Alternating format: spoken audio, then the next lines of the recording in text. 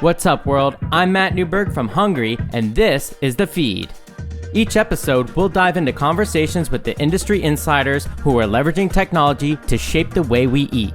On today's episode of The Feed, I sat down with Shawn Walchef, owner of Cali BBQ and Cali BBQ Media, a 15-year-old barbecue chain located in San Diego, California that also creates B2B content for restaurant operators. In this episode, we'll discuss how Cali BBQ is leveraging smaller format locations like ghost kitchens and stadium concessions to build the Amazon Prime of barbecue, the current state of restaurant technology, and how restaurant operators can leverage the full potential of social media. Shawn, it's great to have you here. Shawn of Cali BBQ and Cali Media, Cali BBQ Media. Tell me about your background and how you open up this place. We're going on year 15. 15, wow. So this is the month. April 20th will be 15 years in business. Amazing. Talk to us about your various lines of business, off-prem, catering, and then how you've expanded. I'll give you guys the quick breakdown. So we own a barbecue media company, and most people that doesn't make any sense, but we build our media like we build our barbecue, and that's low and slow. So 15 years, we've built a business where we have 5 locations in San Diego, 2 stadium locations at Snapdragon Stadium, 2 ghost kitchen locations at Cloud Kitchen locations. So there's Aztec Food Hub, Barrio Food Hub, and then where we are right now, which is our master smokehouse and media center. This was the original location that we opened up in 2008. And we have a media business. We have 4 different shows, internet shows, podcasts that we host on a weekly basis, and we do consulting and content work for a lot of the top hospitality technology companies that are out there. Amazing. Well, I'm very curious to dive in. I guess let's start with your vision to be the Amazon Prime of barbecue. What does that mean? That's a very bold statement. Well, if it's cool for me to be sitting here talking to you, I admire your work, all the stuff that you're putting out, all the breaking technology and the culture of where we are in 2023 and beyond, how much technology plays a role in businesses, all businesses, but specifically hospitality and restaurants. And when I think of how much work we've put in here in Spring Valley, we are not next to the Pacific Ocean. We're not in Gaslamp, San Diego. Yeah. We're not in La Jolla. We are off the beaten path. And because we're off the beaten path, we had to believe in the internet like most restaurants didn't in the last 15 years. Right. And that belief in the internet has put us in a position where we work with the top technology companies on earth, and they're helping us to get more barbecue to more people. The problem with barbecue is that it takes time and it takes expertise. And for us, technology can help solve that problem if we're willing to make the investment in technology so that anybody, no matter where they are in San Diego, 3.3 million people in San Diego, if they want barbecue, our job is to figure out how do we open up micro locations. How do we do things differently? And by doing things differently, instead of opening up another 5,000 square foot, $1 to $2 million restaurant, we're going to open up smaller locations. Yeah. And as we open up those smaller locations, we're going to cook barbecue at the master smokehouse and then deliver them to those smaller locations. Hub and spoken. Hub and smoke. There you go. So one of the things I'm really curious about is 2008, it's a completely different model, and now you've gone to this. You got all these different satellite locations, and everything is prepped centrally and distributed at kind of the last mile, so to speak. Yep. How does that impact the culinary approach from where you started? It's completely different. To be honest with you, when we first opened, it was a breakfast business. So we were built on breakfast, literally an American breakfast, omelets, steak and eggs, waffles, you name it, we had it. And that was a 7 a.m. to 2 p.m. business. But we added a full liquor license, a sports bar, and a dinner business. And that menu was all over the place. 15 years later, we are more of an in and out of barbecue where we have just focusing on our core meats, our core sides. How do we make those phenomenal every single day and then deliver them at scale? So how do we get, like I said, more barbecue to more people? Our goal is to do that using all of the third-party deliveries, using Toast online ordering, using our Cloud Kitchen locations, stadium locations, hopefully airport locations, military base locations, brewery locations. We're open to anything that helps us get more barbecue to more people in San Diego. So one of the things that really draws me to you is obviously the media. We have a lot in common with the media. Talk to me about how you initially started this and how it's evolved to these 4 different shows. You have a partnership with Entrepreneurs Magazine, I believe. You also are serving on the advisory board for Toast as one of their premier clients. How is this investment? How did you start making the? How did you view this investment initially, and then kind of how do you view the ROI personally and as for the restaurant, and kind of how you justifying the ROI there? How are you seeing this pay off in all these different ways? The easiest answer is that no one's coming to tell your story.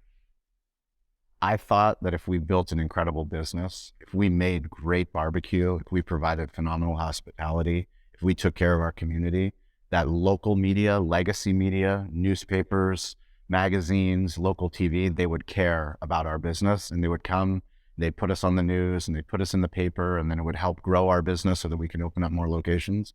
After 5 years, no one came. And for me, that was kind of a wake-up moment saying, well, we have the internet, we have social media, we have Web 2.0. Now it's time to start leveraging that and start telling our own story.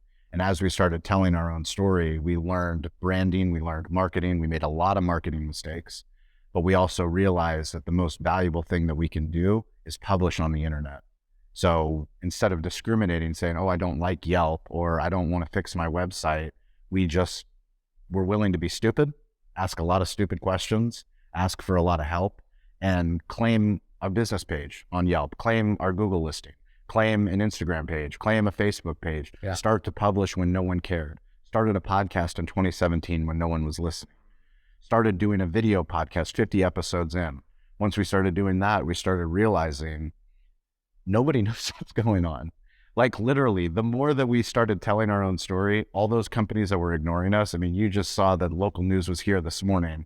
San Diego State is going to be playing for the national title today. I've been on the news 3 times in the last week. Wow. That's all because the news now follows us on social media, and they know that we're good on television, so they come to us. So it's, kind of a full circle moment for me, but the most important thing is that you have to start somewhere.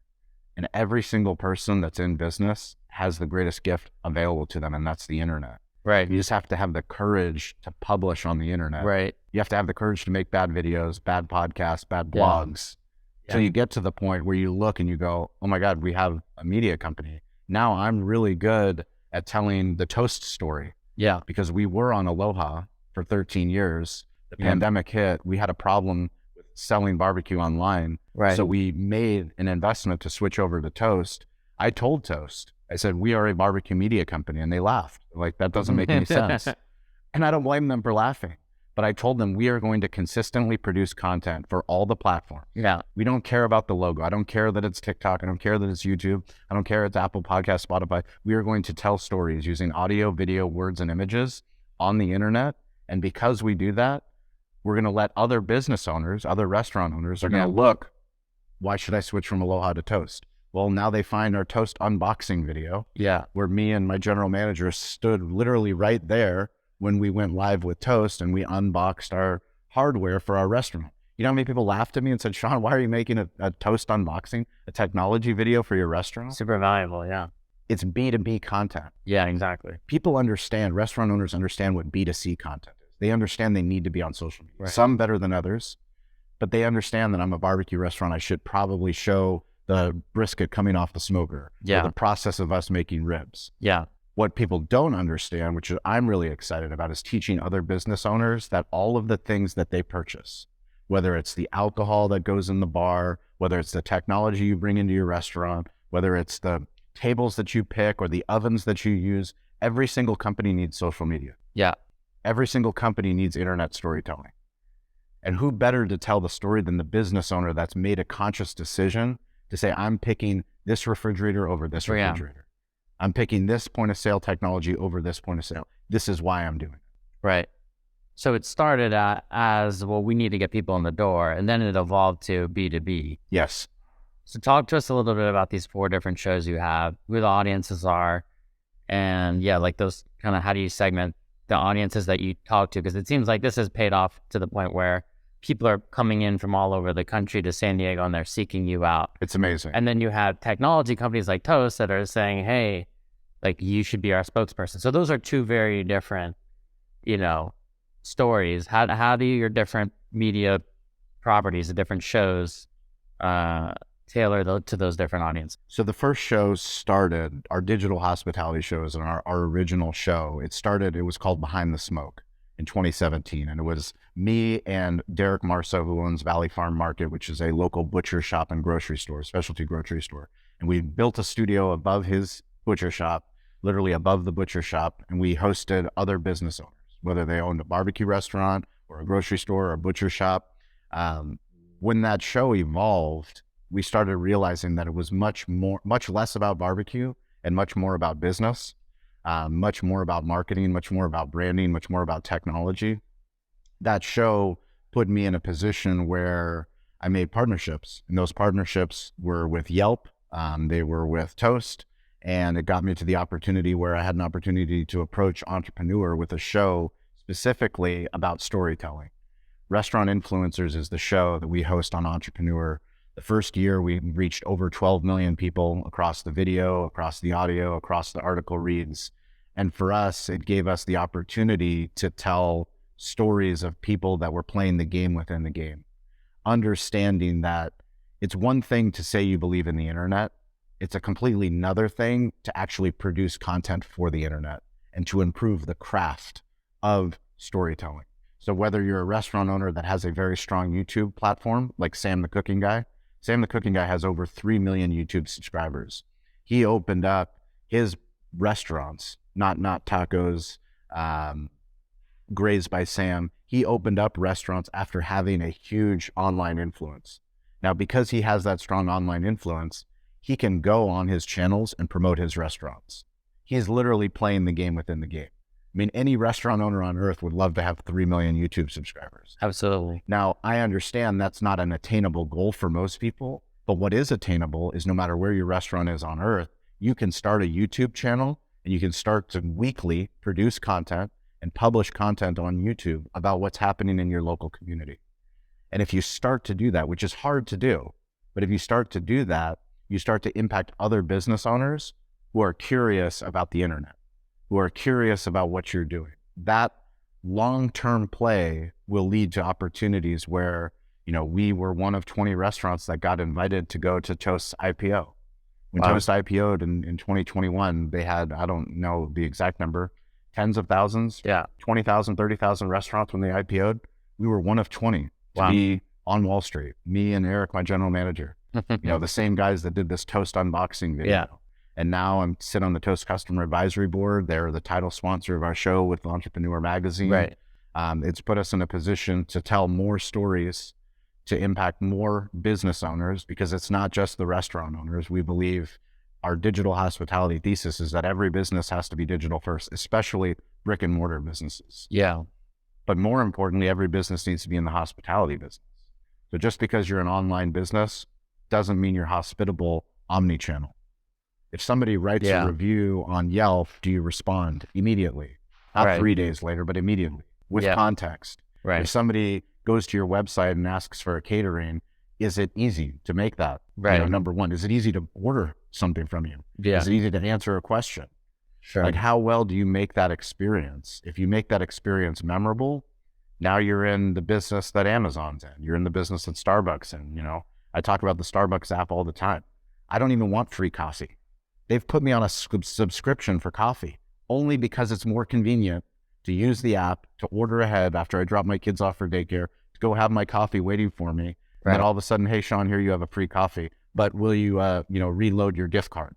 Now I've reloaded a gift card where I'm literally on a Starbucks subscription. The reason why I care about that stuff is how do I get a barbecue subscription? How do I work with Toast to say, hey, Toast, can you build, not for me, but for the entire industry, some app that literally gamifies the process. Right. So people want to load barbecue dollars ahead of time. Mm-hmm. I'm sure they're listening to you very close. I'm pretty loud. I'm not shy. And then maybe you can talk a little bit about how this has impacted you from the customer side. Like, how, I mean, like you start with the B2B and then you started, you had to create a separate amount of show or different kind of content to get people to say, oh, this barbecue looks amazing. This brisket looks like, mouth watering. Like, how do you view that side of the biz? The cool thing for me is we say a rising tide lifts all ships. And for me, it's always been, how do we promote local barbecue in San Diego? We are on the West Coast. So anybody that's listening to this, that's from Texas or from Kansas City or from Memphis or from the Carolinas, like when I say Cali barbecue, they laugh. They're like, yeah, right. You guys don't know how to do barbecue. Like, we know how to do barbecue. All right. Well, we learned the craft of barbecue, and it didn't happen overnight. It's taken us 15 years to build our barbecue business. But for me, publishing on the internet has allowed me to make connections with some of the best pit masters, some of the best hospitality professionals, Wow. some of the best influencers all over the globe. That's why I know that the internet connects us. I can confidently sit here, talk to you in 2023, knowing that somebody in Sydney, Australia could listen to this and could go, I've been waiting for my chance to improve my business. Yeah. I've been waiting to make an investment in technology, an investment in storytelling. Right. This podcast right here, right now, is when I'm going to make the commitment to go, the internet's not going anywhere. If I want to stay in business, if I want to build a sustainable, more profitable business into the future, I need to start telling my own story. Absolutely. Very cool. And then customers, as you improve your craft, customers, through that virtue of connecting to other pit masters across the country, you just started sharing food pictures and food videos, like short little clips. Yeah. I mean, we've gotten really good at what we call smartphone storytelling. Every single person that's listening has a smartphone and internet connected to them at all times of the day. It's whether you're willing to make a lot of bad videos and publish those bad videos and then get over yourself and realize no one cares. Right. We think that everyone cares. We think that everyone's going to make fun. And there will be some people that will make fun of you, because people still make fun of me to this day. Totally. But I have friends, very successful friends, that are in very successful businesses that now reach out to me to ask me, how do I launch a show? How do I turn my business into a media company? And that's when I know that we're on to something. We're on to something, because it doesn't matter what business you're in. Email matters. Text message marketing matters. Facebook matters. Instagram matters. TikTok matters. YouTube matters. Podcasts matter. All of these things that we use on a daily basis, they matter. So if your business isn't showing up on those platforms, there's a problem. Somebody else will show up. Right. Yeah, absolutely. I think this is a great segue to, I guess what I would say is like defining the modern skill set of a modern restaurateur, right? Yeah. What are the table stakes that every restaurateur in 2023, you've been at this for 15 years, what is the table stakes of skill set that they need to be, they need to have to be successful in building a fully omni-channel business? And what are these various areas of their business that they need to oversee? The hardest lesson that I've learned in the last 15 years was something my grandfather taught me, and that's to ask for help. Entrepreneurs, restaurant owners, we are so good at solving problems. We are so good at building a business. We are so good at putting out fires. We are not good at being vulnerable and asking another restaurant leader for help. Wow.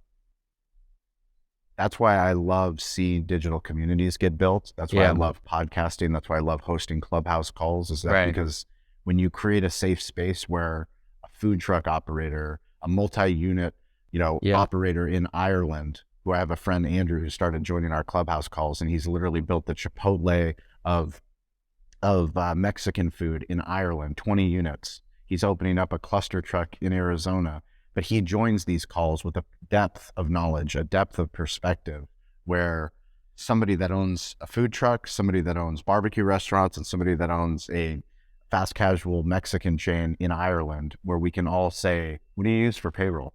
Right. How do you do inventory? What do you use for banking? How did you find your investors? All of these things, all of these ideas, it goes back to, are you willing to ask for help? Right. And if you're willing to ask for help, who do you ask for help? Because you got to find the right community, right? Yeah. When I go Toast is working really hard at building an online community of all of their users so that it's an easy platform so that somebody goes, hey, Shawn, you're using Order and Pay. I have a full service restaurant. I'm thinking about getting rid of my servers and adding QR codes to the table. Yeah. What's your experience been like? Right. How easy is it to ask that question? The easier that we make it to ask that question and the more valuable the answer, the more you go back to that community. Absolutely. Which is what you're doing. You're building a community of readers that want you to tell them what's the next greatest thing. Sure. How does this integrate with that? Where do you see this going? Now you've built this collective community where people can go, this is where I want to spend my time, because every time I spend time here, my business gets better.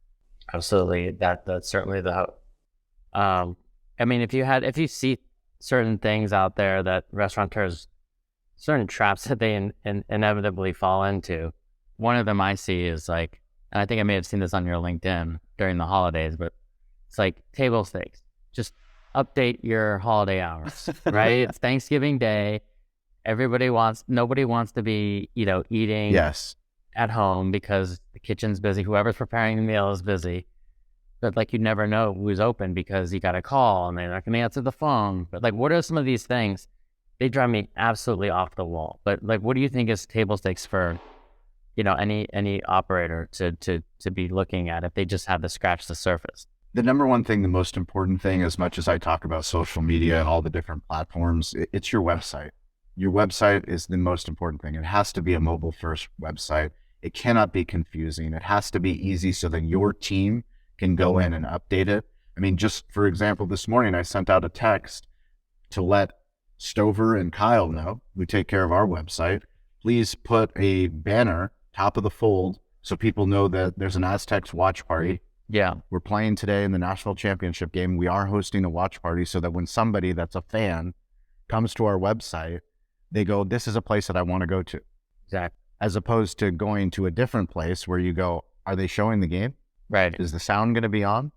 Are you open for the game? Are you going to kick me out early because you close at 8 p.m.? Right. No, we're going to be open for the entire game, for the championship parade afterwards. Right. But back to your point, if you can't communicate that quickly and effectively across all of the channels, you're going to lose. You're going to lose to the new brand that understands, hey, I'm going to use Marquee, which is a company that we use, MARQII, that helps us with 82 different listings. 82 different listings, from a Tesla map to an Apple map to TripAdvisor to Google. All of those places, I can go to one platform and say, hey, we're open on Thanksgiving from 12 p.m. to 4 p.m. No dine-in, takeout only. I mean, if there's anything that we've learned during the pandemic, it's that by being a digital first restaurant, we've been able to, on Super Bowl Sunday, we're a sports bar. We're not even open to watch the game. Is that crazy? We're literally 15 years into business. We don't even open, and we do more sales by not opening up our dine-in so that we can get more barbecue out of our kitchens, using pre-sale orders, using our ghost kitchen orders, literally doing more sales volume than we've ever done. When we used to promote, come in and get half off your wing basket. Right. Super Bowl is something that people watch at home. Of course. But they still want food, and they don't want to cook the food at home. So make it easy for them to buy barbecue online. They buy barbecue online. We get more barbecue orders out. We make more money.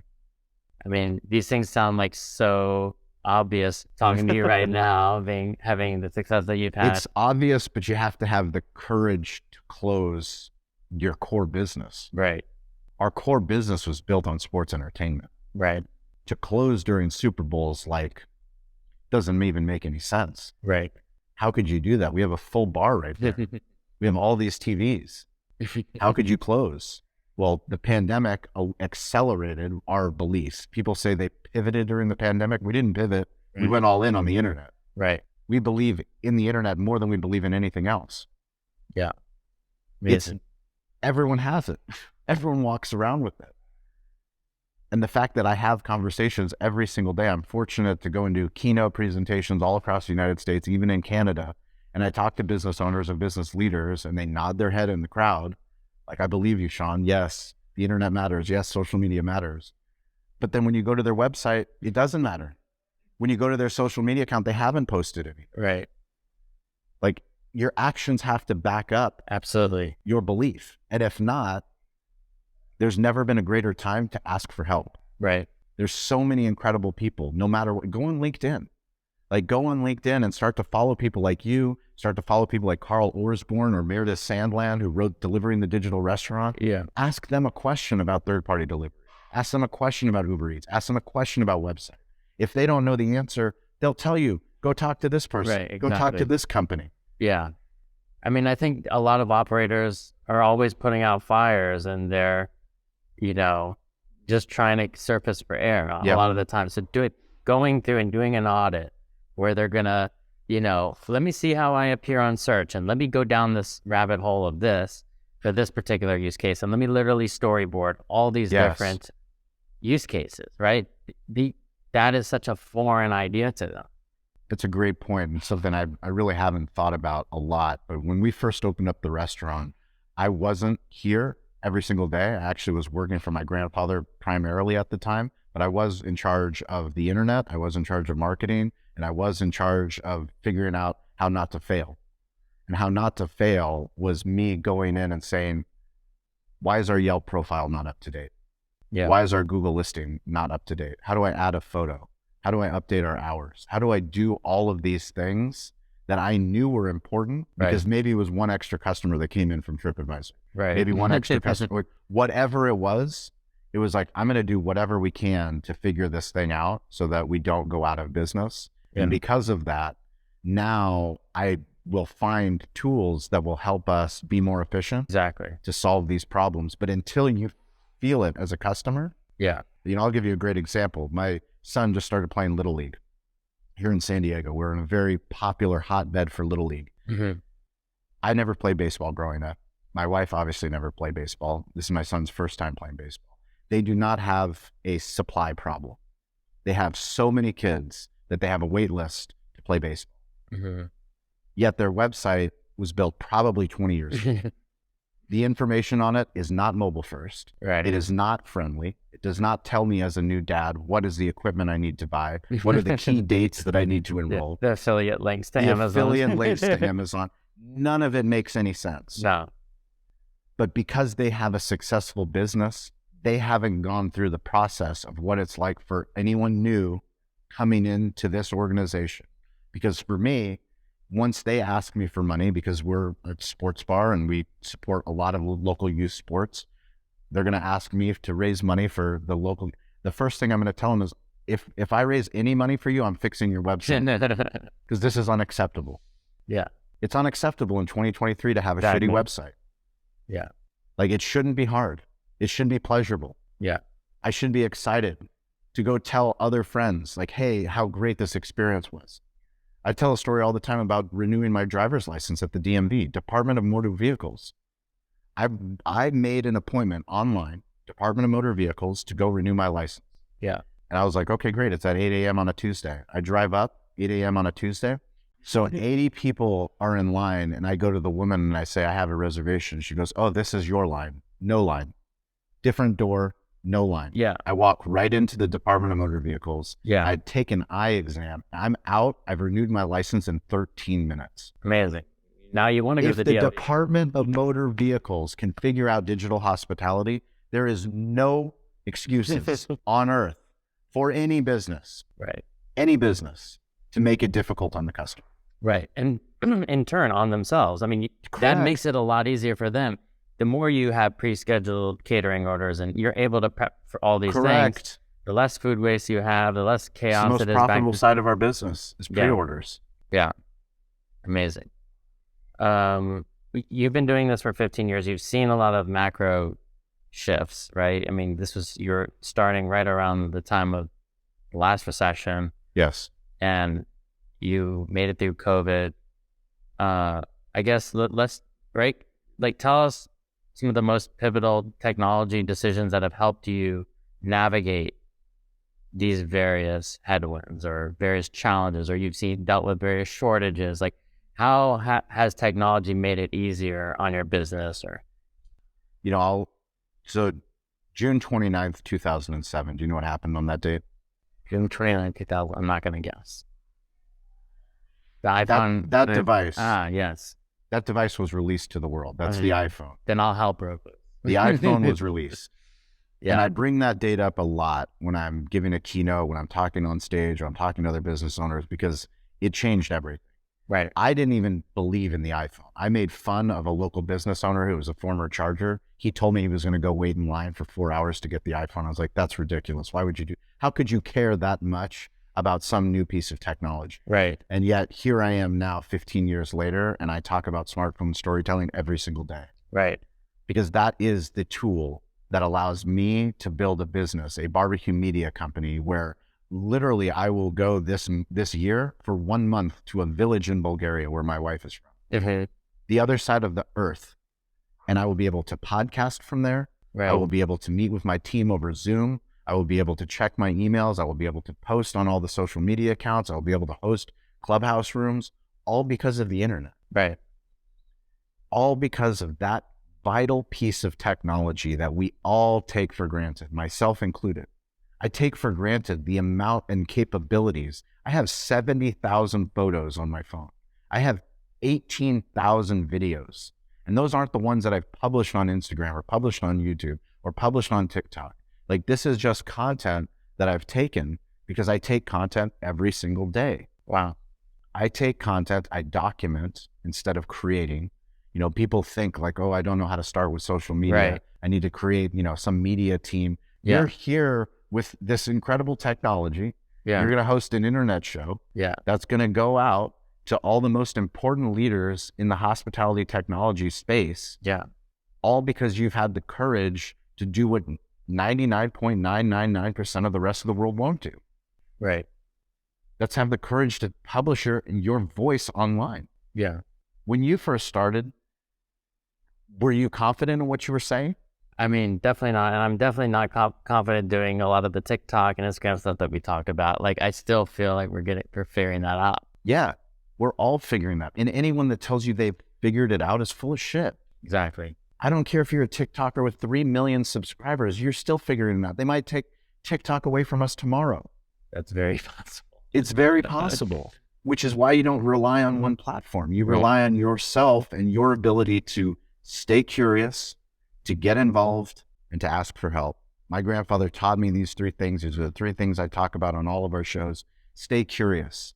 If you don't surround yourself with curious people that are willing to learn, willing to level up, willing to ask questions, you'll be in the same place that you've always been. But then you actually have to do something. It's funny, when I was growing up, I remember my grandfather would always tell me, Shawn, do you sit in the front of the class? I'm like, no, I don't sit. I want to be one of the cool kids in the back of the class. But he was telling me something at a very early age, like the people that sit in front, the people that raise their hand, the people that ask for help from the teacher, the people that are in sports that do the same thing, that come to practice early, that ask questions, that get involved. Those are always the ones that somehow seem to separate themselves from the pack. Right. And then finally, the ones that are willing to ask for help. Yeah. Having the courage to know, I don't have all the answers. Like, we believe in ghost kitchens. Yeah. But I don't think right now the sales aren't where I need them to be.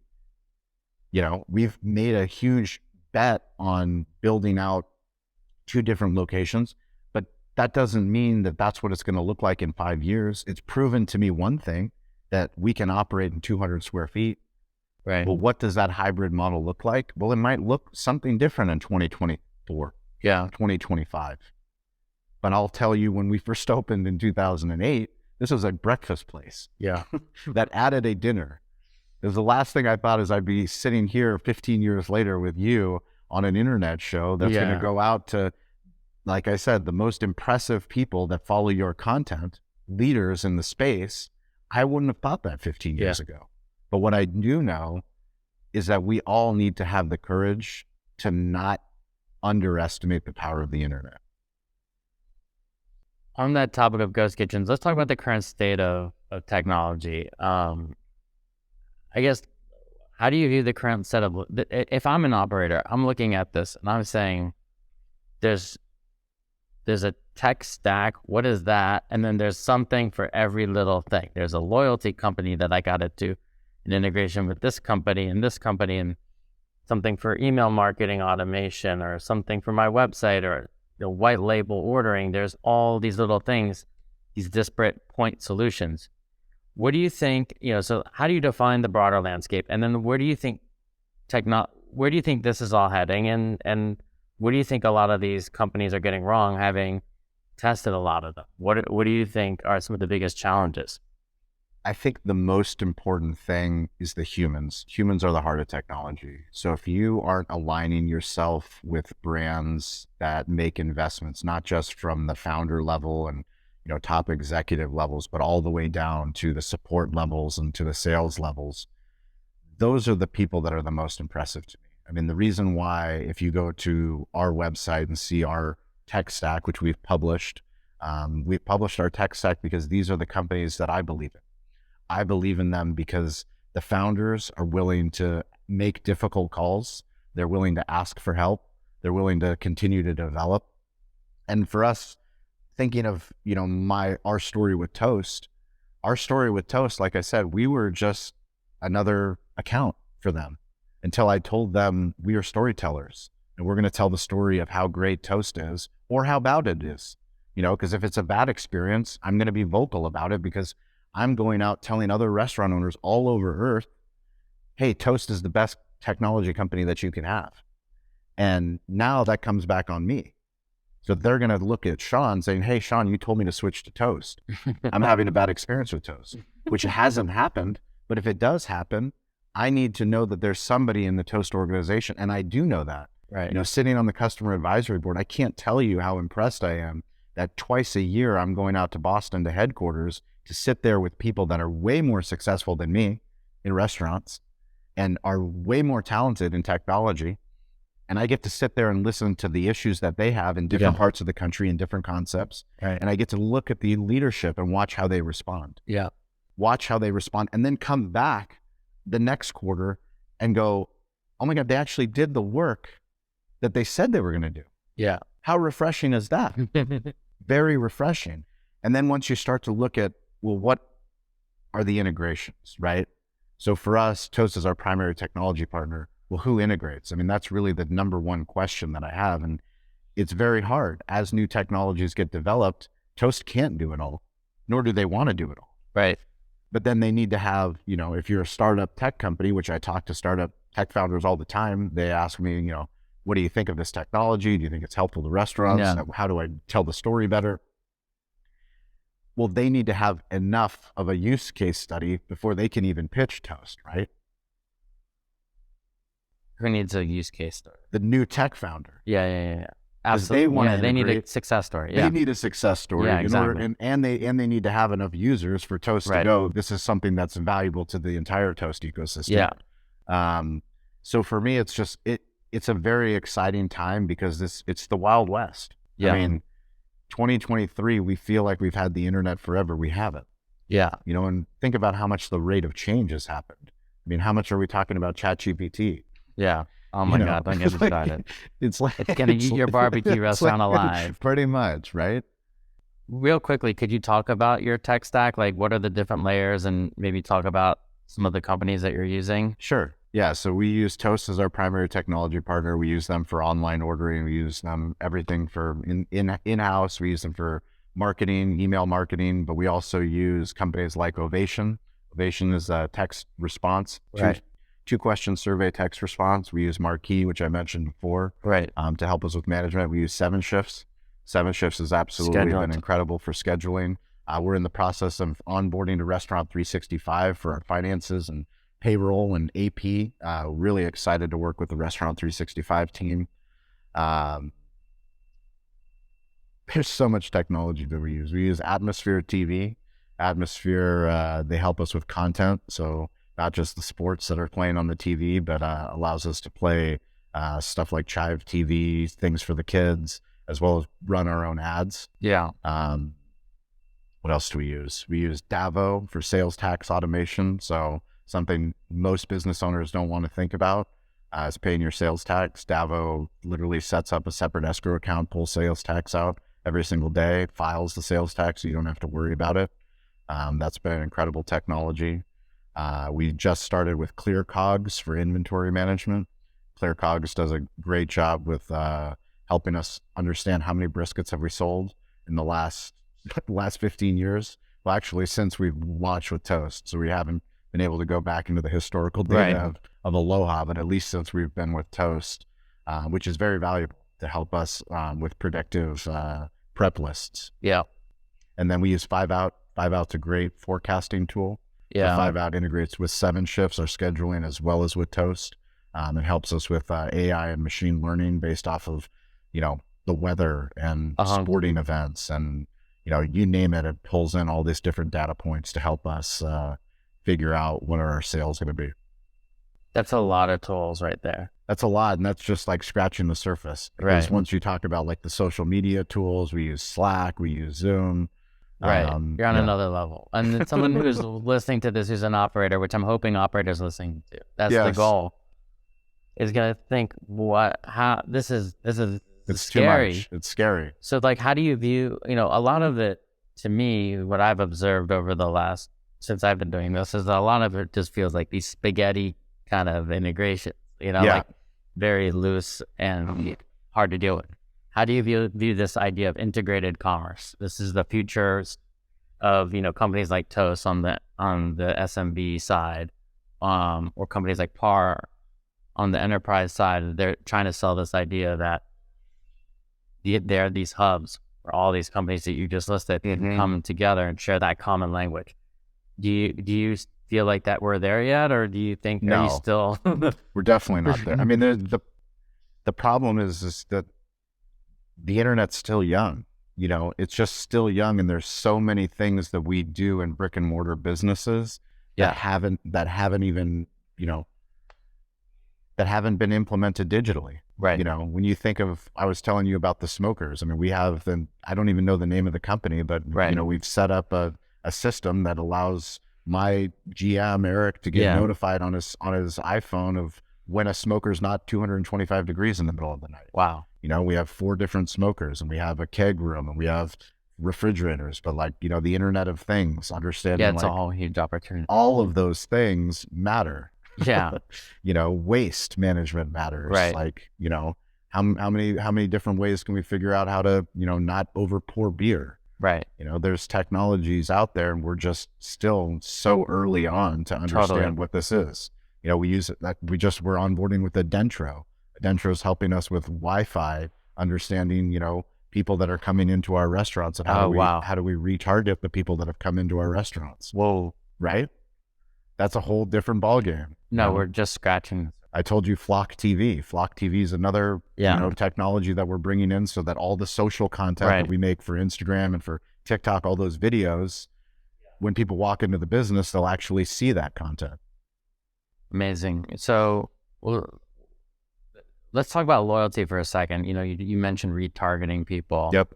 I think now that people have settled into this new world of online ordering, now it's like, okay, how do we tie it all together, and how do we build a picture of a customer, and how do we understand what their long-term value is and lifetime value is, and what we can spend to acquire them as if it was an online business, right? And you think about tracking them across all these different channels. What do you do? What's your kind of first principles approach to loyalty, and then how do you actually make it happen technologically?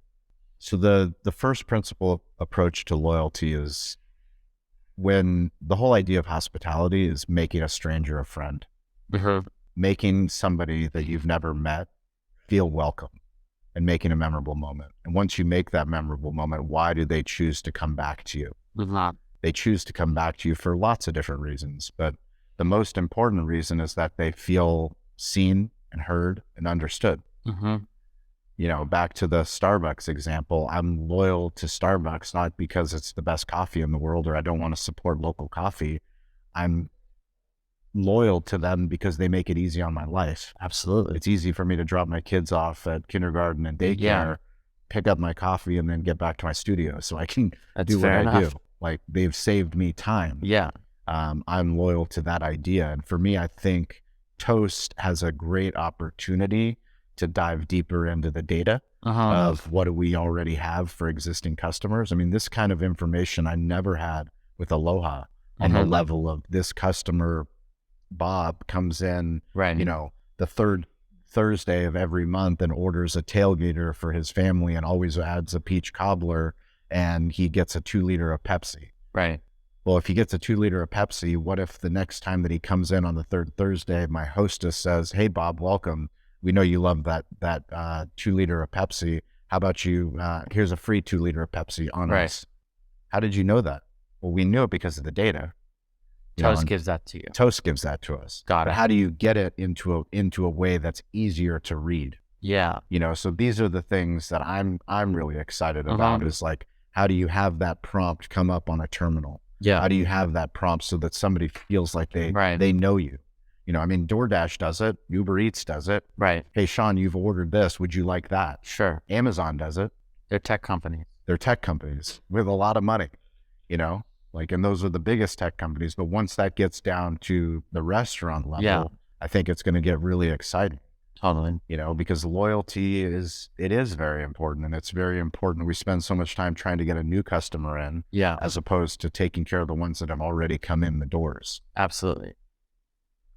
Let's talk about ghost kitchens. I didn't realize you had 2 ghost kitchens. Plus, you have these other stadium kind of concessions that I wouldn't call ghost kitchens because they have a customer facing. Correct. Those are full freestanding businesses. So ghost kitchens, that's how kind of I started my whole career doing this. Is I saw ghost kitchens in 2018, 2019, put out this documentary about it, but no one knew what Travis was doing. Yep. And I was like, holy crap, this is going to change the way that people eat. Yes. The way that it's going to redefine the modern restaurant. Yes. And it's being built for a world that I can kind of peek ahead and see, but I didn't see it until I really had to seek it out. I saw it happening in India. You saw big QSRs in India, like I think it was KFC's, and and obviously JD at Rebel Foods was very early to this. Pivoted his whole Indian restaurant. It was actually backed by Sequoia, so it wasn't a normal Indian restaurant, into the ghost kitchen model. Made a lot of sense there because of the rent. Anyway, I could ramble on and on and on.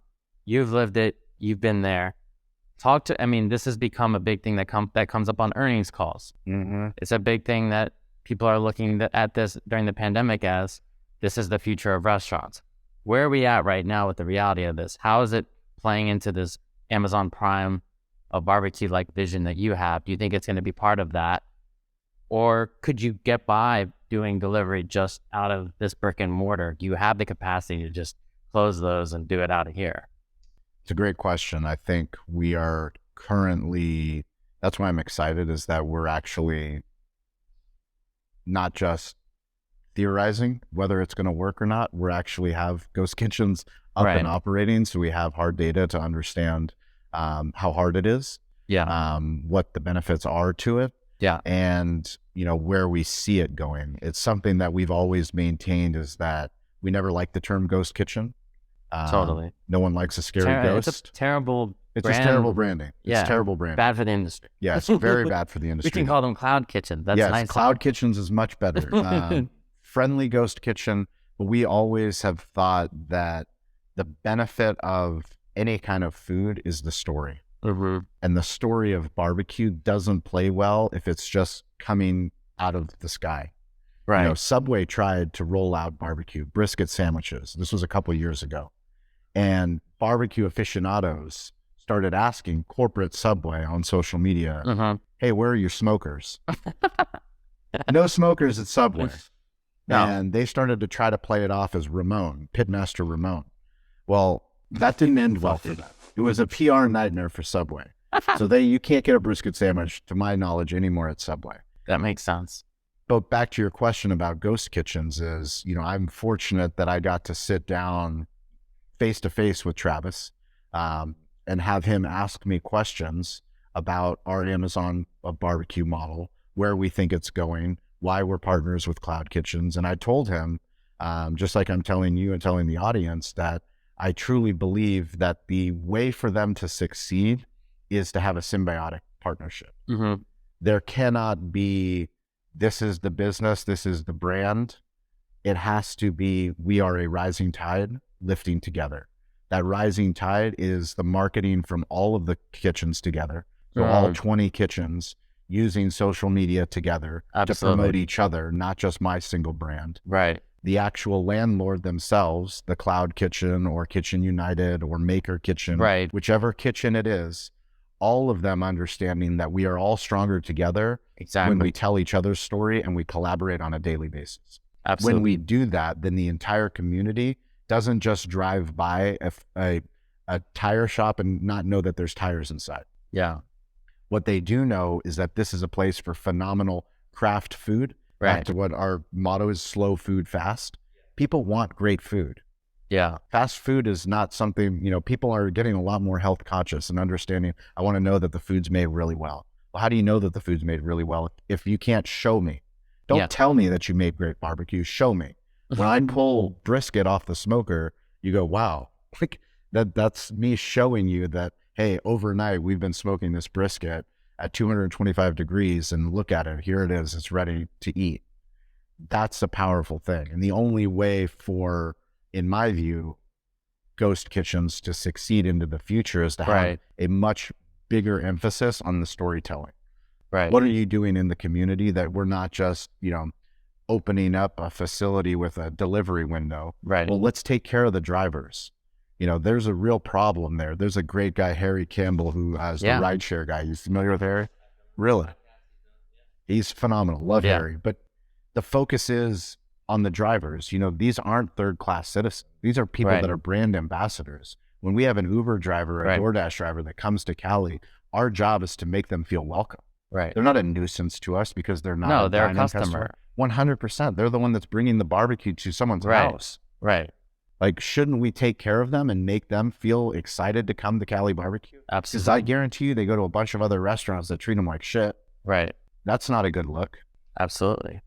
Now, you're making me think about like a food hall. If you're in a food hall, you're going to sign an expensive lease at a food hall. Yes. Why? Because there's foot traffic that come into the food hall. That's the sale. That's the sales pitch. But they haven't turned on the food hall because all these guys are operating in stealth mode. They want to blitz scale really fast. And then they want to tell the world, hey, did you know that we had 50 restaurants or 100 brands, if you add up all the virtual brands, under this one roof? But they're trying to do it all sneakily, or they're doing it from kitchen trailers where if you actually visited that shit, you'd be like, hell no, I'm not going there.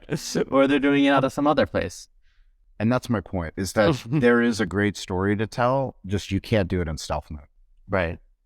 You have the luxury of having this experience center, I would say, right? And this gets into like kind of the future of where dining is potentially heading, which is you create an experience center, but then you have other means by which people can experience you, but they know where they can actually go and get the full experience, right? So it's not so opaque. Correct. It's more transparent because I can order from Cloud Kitchens. I might not even need to go and visit that. I just know, Cali Barbecue on Troy Street. I know that place. I've been there before.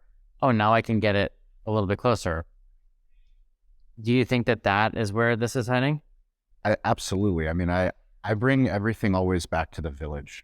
And the reason I bring it back to the village is that we are humans at heart, and a village, no matter where you are, the biggest cities in the world, we all are creatures of habit.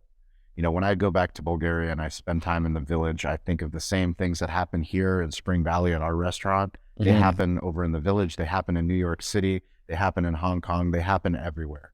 And that's these creatures of habit. It's we all want to support something that we know, that we're familiar with, that we're loyal to. When you find a grandmother, Baba Rosa, in the village, and she makes incredible bread, and that is where your family gets bread once a week, because that is the bread that you guys literally break bread at the table. You're going to support Baba Rosa, whether or not you know that she has a bakery behind her or not. Right? Absolutely. If she has a 5,000 square foot bakery, great. But you are associating the fact that I'm going to go and support Baba Rosa. Right. That Baba Rosa, that's the friendly ghost. That is understanding that experience comes from that connection. That loyalty to the story. Absolutely. If you don't have the loyalty to the story and you just say, it's a logo of a fictional Baba Rosa, that maybe this was made, over 6 countries over and then shipped over here, frozen and then unfrozen. you're not going to be that excited to go and bring that to your family dinner. No. But you will be excited if you know the story of Barbarossa, or if you saw it on Instagram, Right. or you saw it on TikTok, and Right. maybe it wasn't her, but it's somebody that she trained. This is the recipe that she uses. Right. Interesting. So can it be done using this new infrastructure? Can we create that emotion? Yes. Just purely online, or do you need an experience center? I think it's both. I think to be honest with you, the more that we're operating in ghost kitchens, there has to be some element of understanding. You know, the issue that we have now is that unless you're online, you don't know that Cali BBQ is in our 2 locations. There is signage, but it's not very well done. The 2 locations at the 2 stadium? locations. No, the 2 locations at the Cloud Kitchen locations. Oh, I see. So how do you make that more of a food hall experience? Right. Where if you know, I'm not saying allocate hundreds of square feet, but right. Is there a place? Is there a table? Is there, you know, actually Barrio Food Hub has done a really good job of creating kind of like a picnic area. Right. That picnic area is more of an experiential center where you realize like I can go there and I can get a burger, or I can get barbecue, or I can get sushi. Like that's the idea. Absolutely. That I think we need to lean into that idea more. What I've heard is that hasn't happened is because coordinating a basket, let's just say for a delivery order, where someone ordered from Cali BBQ and then they ordered from some salad vendor, or maybe they tacked on some sushi. Getting enough data inside the kitchen to understand what like how backed up each of those kitchens are, and when to fire all these different things. Cluster Truck, what you mentioned. Cluster Truck's amazing. They've built that, all that technology, but they're one operator under one roof. Correct. Cloud Kitchens, you got 30, sometimes maybe 40 kitchens under one roof. Yep. If you let the consumer order from all those different brands and you want it all bagged up, that's great for your average order values. We're still very early in the digitization of understanding the temperatures and and just understanding everything that's going on inside the kitchen to make that reality possible. Yeah. This has been really a fascinating conversation. Really always love getting your perspective. As we kind of come towards the end, I'd love to talk about where do you see the future of just dining in general going, just given the rising cost of labor, given the rising cost of food, and given where we are with off-prem continuing to skyrocket. No one thinks this is going to stop. Mm-hmm. We have all these different sectors of our industry, right? We have QSR, casual dining, corporate casual dining, and we have your mom and pop, neighborhood trattoria, bistro. You have your fine dining, you have your pure ghost kitchens, and whatever's to come. What do you think these secular trends, whether they're macroeconomic or technological, where is this pushing the industry as far as how it's segmented, and where do you see yourselves falling in it? I think there's going to be so much opportunity for different businesses, new businesses to come into the space, because we talk about convenience all the time. We say slow food fast.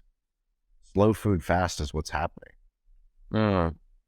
Craft food is what people want. People want great food. They want great cocktails. But how do you deliver it quickly? The only way to deliver it quickly is through technology. Yeah.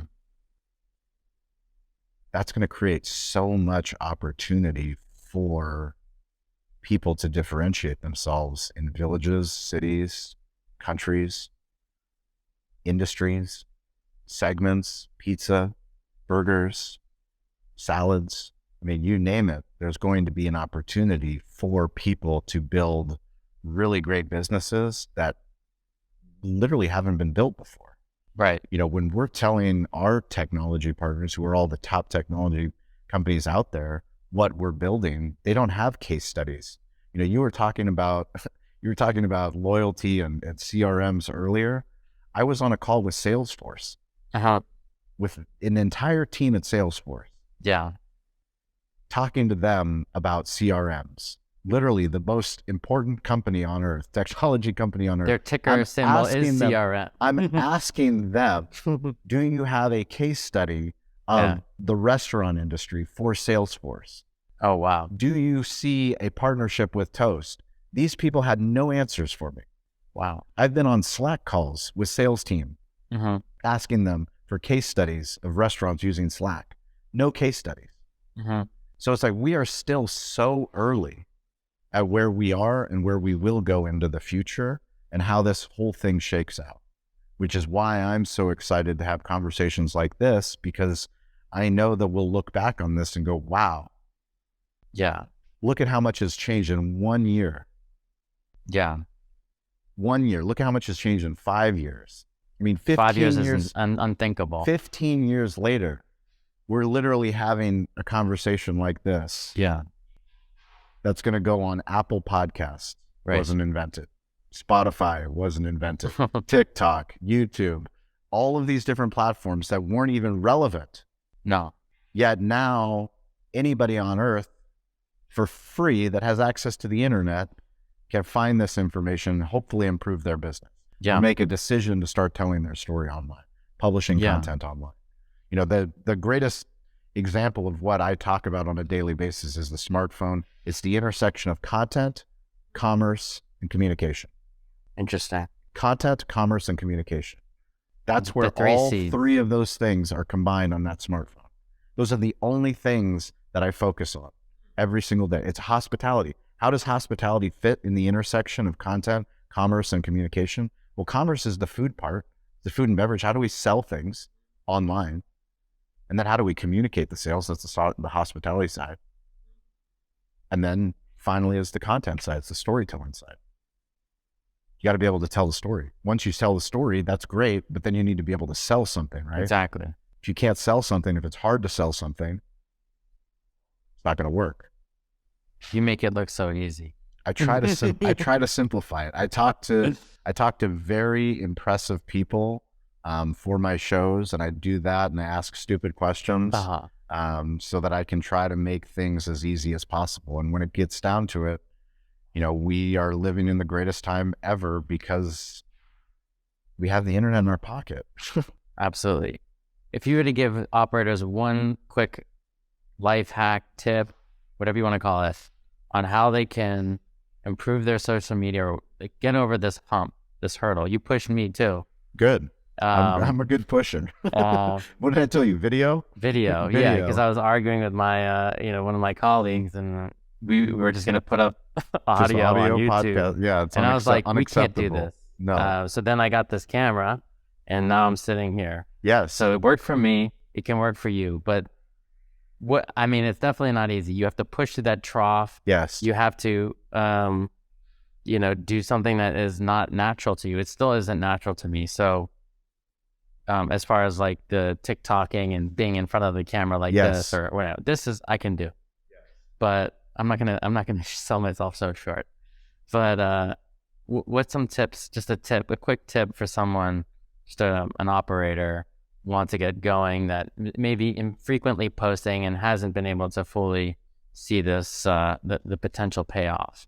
Well, the beautiful thing is right now, the most important app that every single person has is the camera app.